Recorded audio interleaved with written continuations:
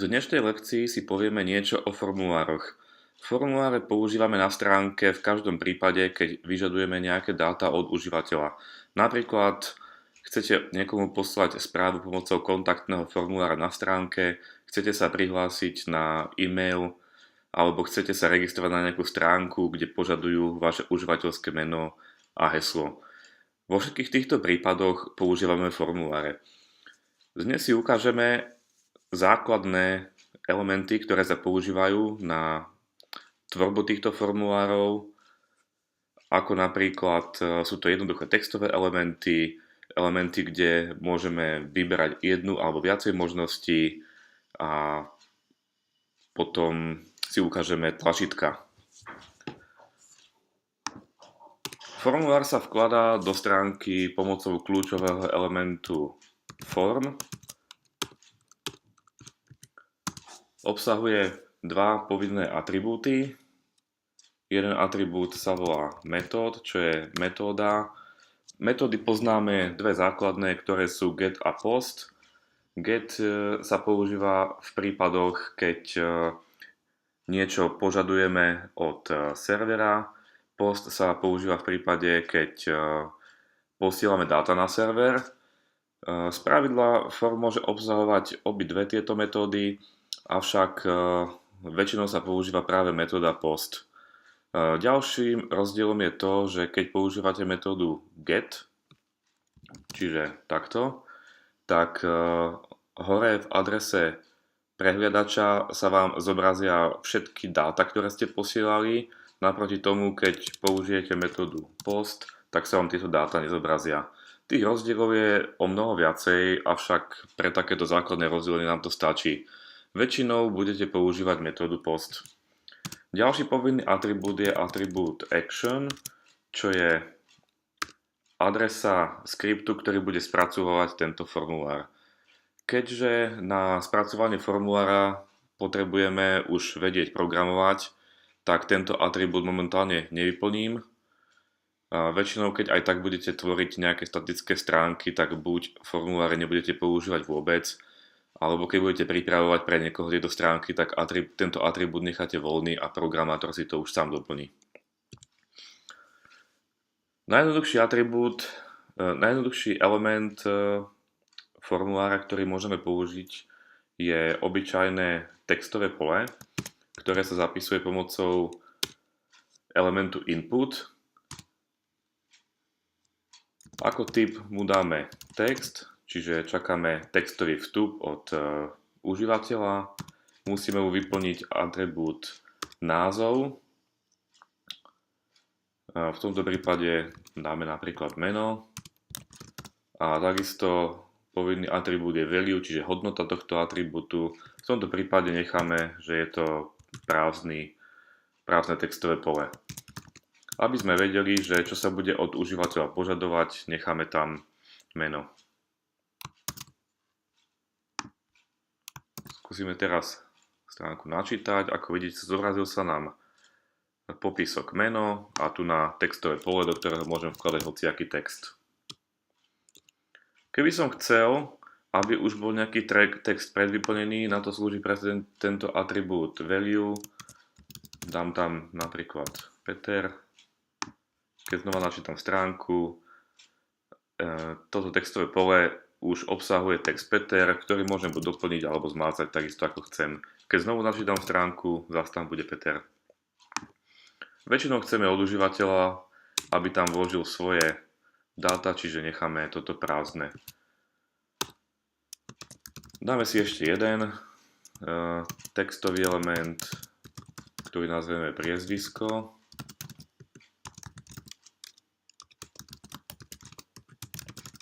Takisto bude prázdny. Ups.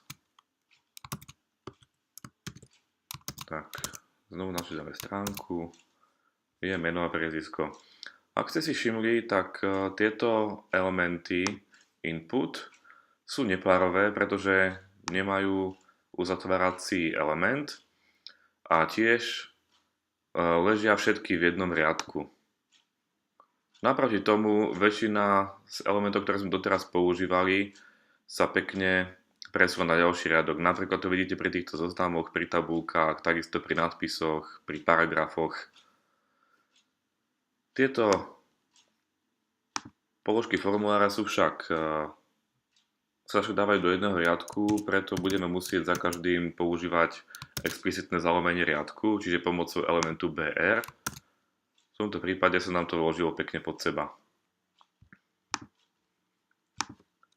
Toto boli textové polia.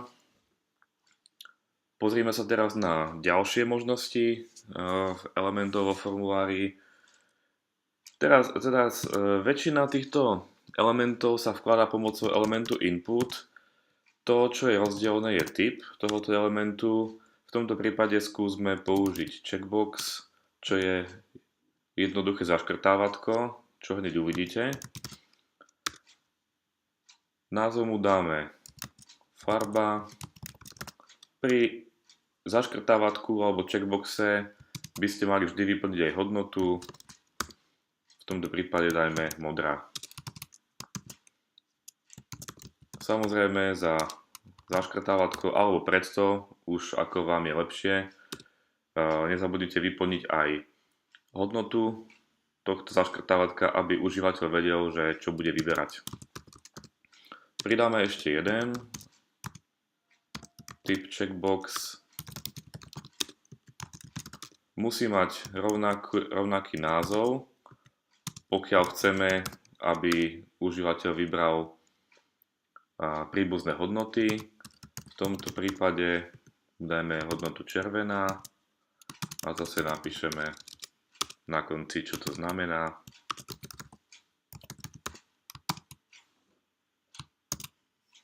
Poďme sa pozrieť, ako to bude vyzerať. Ako vidíte, takto vyzerá zaškrtávatko. Môžem zaškrtnúť obidve možnosti, nemusím zaškrtnúť ani jednu.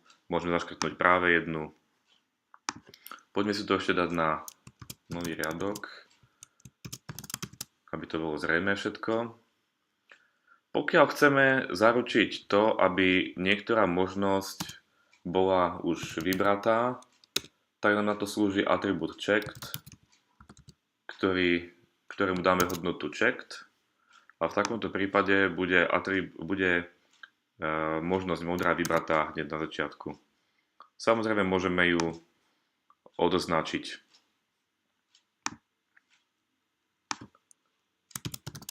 Ďalší element, ktorý si ukážeme, je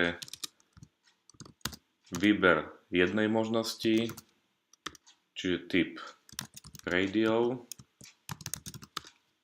Názov mu dajme veľkosť.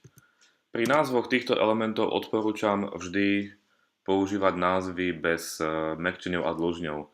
Tieto formuláre sa vždy spracovávajú na serveri a server ťažko niekedy prekladá diakritiku, takže odporúčam, aby názvy elementov boli vždy bez diakritiky. Hodnotu mu dajme S.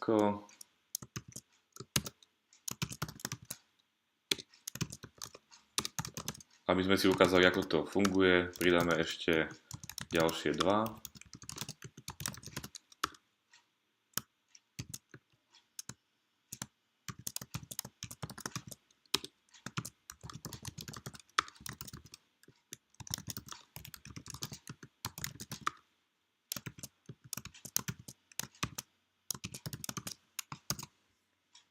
Poďme sa na to pozrieť.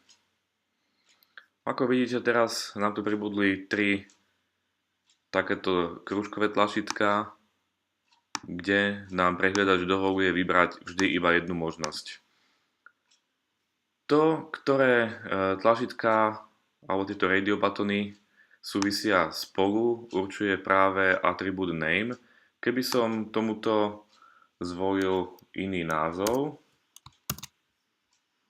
čiže L má momentálne iný názov, tak vyberám medzi týmito dvoma, ale L už je samostatný element, ktorý môžeme aj samostatne vybrať. Rozdielom oproti checkboxu, čiže tomuto zaškrtávatku, je taký, že keď klikneme znova na ten istý element, nemôžeme ho už odoznačiť. Čiže výber, keď už sme raz potvrdili, už tam je, pokiaľ znovu nenačítame stránku. Pokiaľ chceme, aby bola niektorá možnosť vybratá od začiatku, opäť použijeme atribút checked, ktorý bude mať hodnotu checked. Čiže S v tomto prípade je vybraté už od začiatku. Ďalším elementom je výber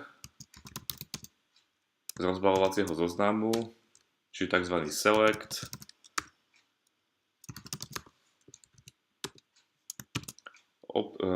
Elementy, teda to, čo sa zobrazí v tomto zozname, vkladáme pomocou elementu option, ktorému nastavíme nejakú hodnotu.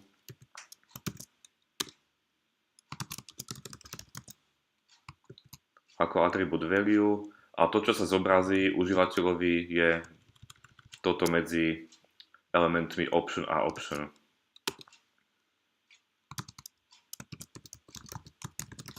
Skúsim vybrať ešte jedno. Ak ste si všimli, tak atribút value nemusí obsahovať to isté, ako obsahuje text, ktorý sa nachádza medzi elementami option a option. Tento atribút value sa potom odošle na server, pokiaľ užívateľ stlačí tlačítko odoslať formulár. Ukážeme si, ako to teraz vyzerá. Čiže máme tu rozbaľovací zoznam, kde môžeme pekne vybrať nejakú možnosť. Tento element select má ešte takú vlastnosť, že môžeme niektoré elementy zgrupovať spolu, ktoré teda spolu súvisia, pomocou elementu optgroup, ktorému nastavíme atribút label, dáme mu hodnotu napríklad Slovensko. Tento atribút zase musíme uzatvoriť. Skúsme teraz vybrať, napísať ešte jeden element optgroup, ktorý bude napríklad Česko. Pridáme mu dve možnosti zoznamu.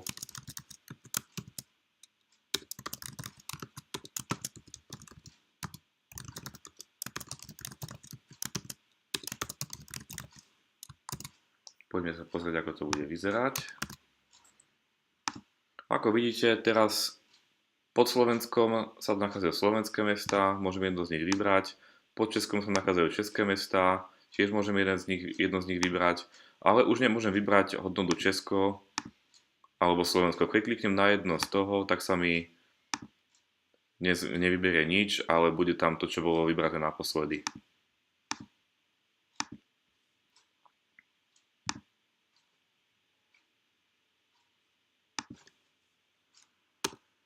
Ďalší element formulára je textový blok alebo text area.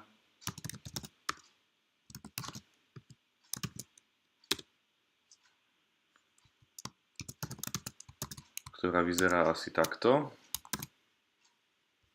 Tu môžem písať ľubovoľný text. Ako vidíte, je to celkom malé textové pole, pokiaľ ho chceme zväčšiť, tak to môžeme urobiť buď pomocou štýlov, alebo aj pomocou atribútov. Rows je počet riadkov, dajme napríklad 10, calls je počet stĺpcov, dajme napríklad 50. Keď to znovu načítame, tak vidíte, že textové pole je už teraz o mnoho väčšie. Môžem tam vkladať medzery, zobrazuje sa mi tu posuvník a tak ďalej. Keď chceme tento formulár odoslať, slúži nám na to tlačítko. Obyčajné odosielacie tlačítko má typ submit.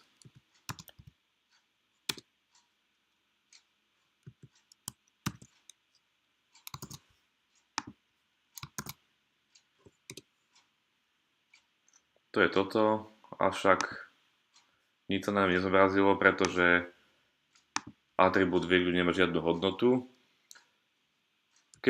Ja ho dokonca môžem aj vynechať. V takom prípade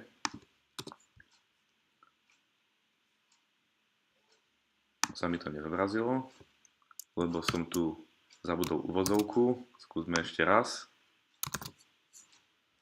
Tak sa mi teraz napísalo štandardné tlačítko odoslať. Ten text, ktorý sa tu napíše, závisí od jazyka, ktorý máte nastavený. Keby ste mali nastavenú angličtinu, tak sa vám tu pravdepodobne zobrazí submit. Keď chceme ale ten text nejak zmeniť, tak sa to robí pomocou atribútu value. Môžeme napísať odošli formulár.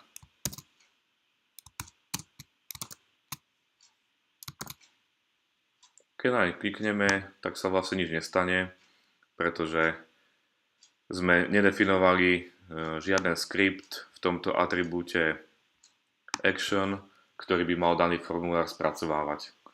Existuje ešte jedna možnosť, ako môžeme do formulára pridať tlačítko, a je to pomocou elementu button. Tento element je na rozdiel od elementu input párový.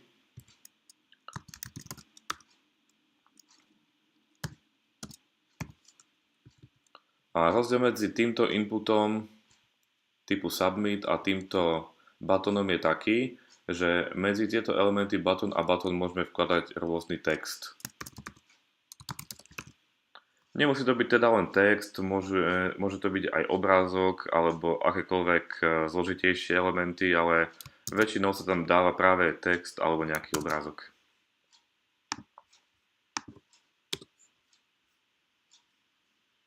Čiže toto je rozdiel. Takisto keď kliknem na odošli, tak sa formulár spracuje skriptom, ktorý bol uvedený tu, v tomto atribúte action elementu form. Ešte tu som si všimol jednu chybičku malú. Vždy by sme mali špecifikovať atribút name.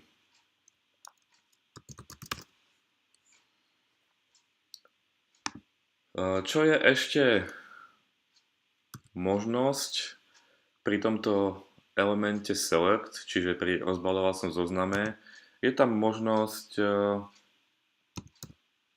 pridať možnosť multiply alebo multiple, teda atribút multiple, ktorý môže nadobúdať hodnotu multiple. V takom prípade sa nám tento element select, tento rozbaľovací zoznam zmenil na niečo takéto, kde je možnosť vybrať viacej možností.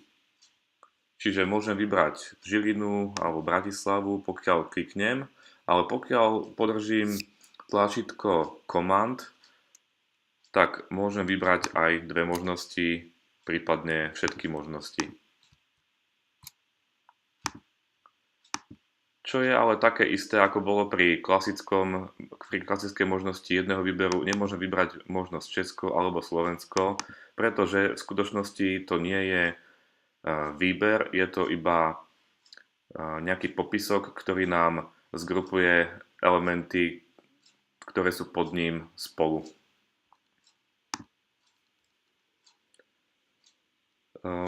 Ak ste si ešte všimli, tak pokiaľ chcem vybrať nejaký z týchto elementov, tak musím kliknúť presne na daný element. Nemôžem kliknúť napríklad na modrú alebo červenú. Na niektorých stránkach, ktoré sú na internete, ste si možno všimli, že táto možnosť je. A robí sa to veľmi jednoducho. Ja by som to aj odporúčal, pretože niekedy je veľmi ťažké trafiť ten malý štvorček alebo to malé koliečko. Takže môžeme to spraviť takým spôsobom, že využijeme element label, nastavíme mu atribút for, atribút label je párový, čiže ho musíme aj uzatvoriť. Do tohto for napíšeme napríklad červená a teraz tú istú hodnotu, červená, musíme dať ako atribút ID tomuto inputu, s ktorým tá farba súvisí. Čiže v tomto prípade, keď znovu načítam stránku a kliknem na červenú, tak sa mi toto okienko zaškrtne. Pre modulu to nefunguje, pretože sme mu nenastavili label. Takisto je možnosť nastaviť label aj na tieto elementy, respektíve na tieto texty, napríklad meno, mám tu nastavím mu element label, atribút for, dáme mu názov meno. Keby som to nechal iba takto, a tu som ešte zabudol tento tag uzatvoriť.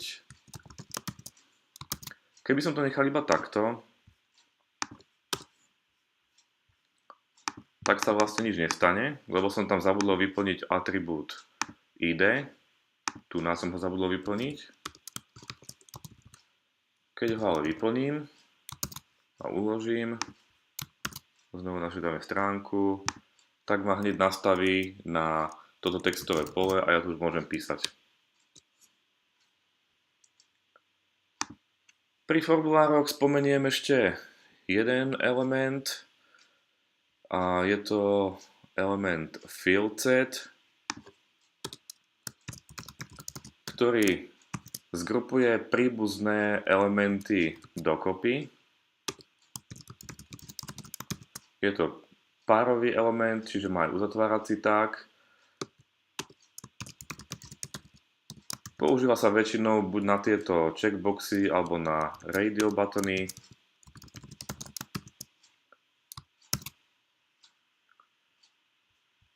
Môžeme si pozrieť, ako to bude teraz vyzerať. Niektoré prehliadače tento element fieldset, okolo neho urobia takýto rámik, aby bolo zrejmé, že ktoré elementy spolu súvisia. Niektoré browsery to robiť nemusia. Tento rámik potom môžeme buď vypnúť, alebo zmeniť farbu, alebo čokoľvek iné s tým spraviť pomocou štýlov. V tomto prípade by sme si ešte mohli ukázať jednu vec, že ak tu za farbou červenou bolo spôsobené zalomenie riadku pomocou elementu BR, tak teraz tento element BR môžeme dať preč, pretože je to celé obalené v elemente fieldset a výsledok bude taký istý. Čiže pokiaľ nechceme špecifikovať tieto zalomenia riadku, môžeme to spraviť aj pomocou elementov fieldset.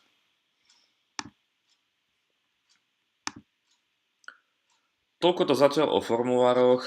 Tých elementov, ktoré možno vkladať do formulárov, je trochu viacej.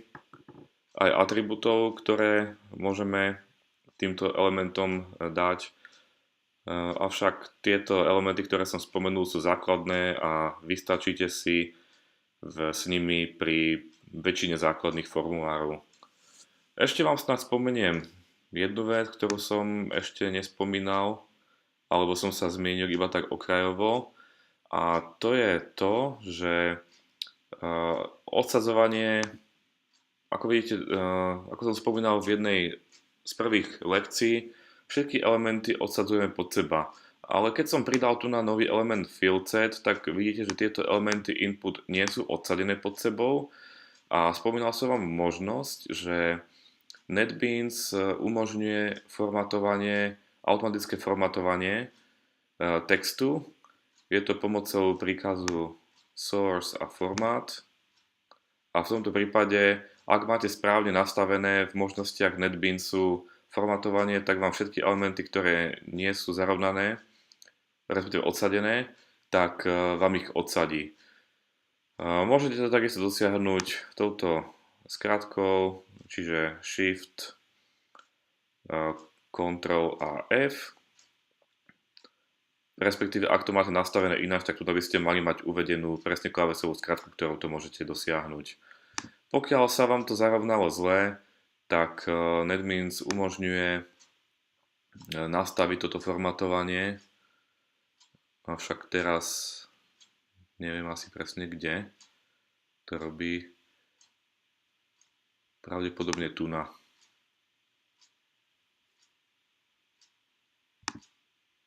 Editor, formatting.